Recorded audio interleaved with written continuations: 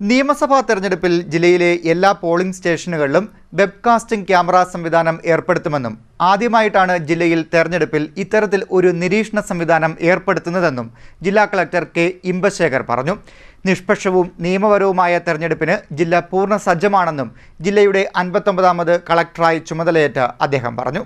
നിയമസഭാ തെരഞ്ഞെടുപ്പിൽ ജില്ലയിലെ എല്ലാ പോളിംഗ് സ്റ്റേഷനുകളിലും വെബ്കാസ്റ്റിംഗ് ക്യാമറ സംവിധാനം ഏർപ്പെടുത്തുമെന്നും ആദ്യമായാണ് ജില്ലയിൽ തെരഞ്ഞെടുപ്പിൽ ഇത്തരത്തിൽ ഒരു നിരീക്ഷണ സംവിധാനം ഏർപ്പെടുത്തുന്നതെന്നും ജില്ലാ കളക്ടർ കെ ഇമ്പശേഖർ പറഞ്ഞു. കളക്ടറുടെ ചേംബറിൽ മാധ്യമപ്രവർത്തകരുമായി സംസാരിക്കുകയായിരുന്നു അദ്ദേഹം. നമ്മളെ മുൻപിലുള്ള ഏറ്റവും പ്രധാനപ്പെട്ട ഒരു ഇമ്മീഡിയറ്റ് വർക്ക് എന്ന് പറയുന്നത് ഇലക്ഷനാണ്. അപ്പോൾ അതിനുള്ള പ്രവർത്തനങ്ങളെല്ലാം ഞാൻ റിവ്യൂ ചെയ്ത് ക്രോഡീകരിച്ച് വരികയാണ്.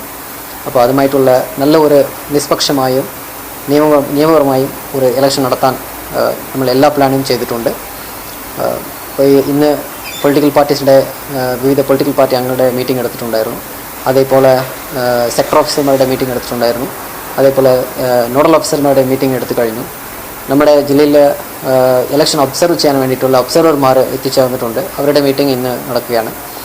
അപ്പോൾ എല്ലാം സജ്ജമാണ്. നമ്മൾ നിഷ്പക്ഷമായും നിയമപരമായിട്ടും ഉള്ള ഇലക്ഷൻ നടത്താൻ എല്ലാ കാര്യങ്ങളും നമ്മൾ മുന്നെടുപ്പ് നടത്തിയിട്ടുണ്ട്.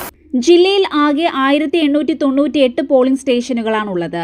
എല്ലാ പോളിംഗ് സ്റ്റേഷനുകളിലും റാമ്പ് ഉൾപ്പെടെയുള്ള എല്ലാവിധ സൗകര്യങ്ങളും വോട്ടർമാർക്കായി തയ്യാറാക്കുന്നതിന് സെക്ടറൽ ഓഫീസർമാർക്ക് നിർദ്ദേശം നൽകിയിട്ടുണ്ട്.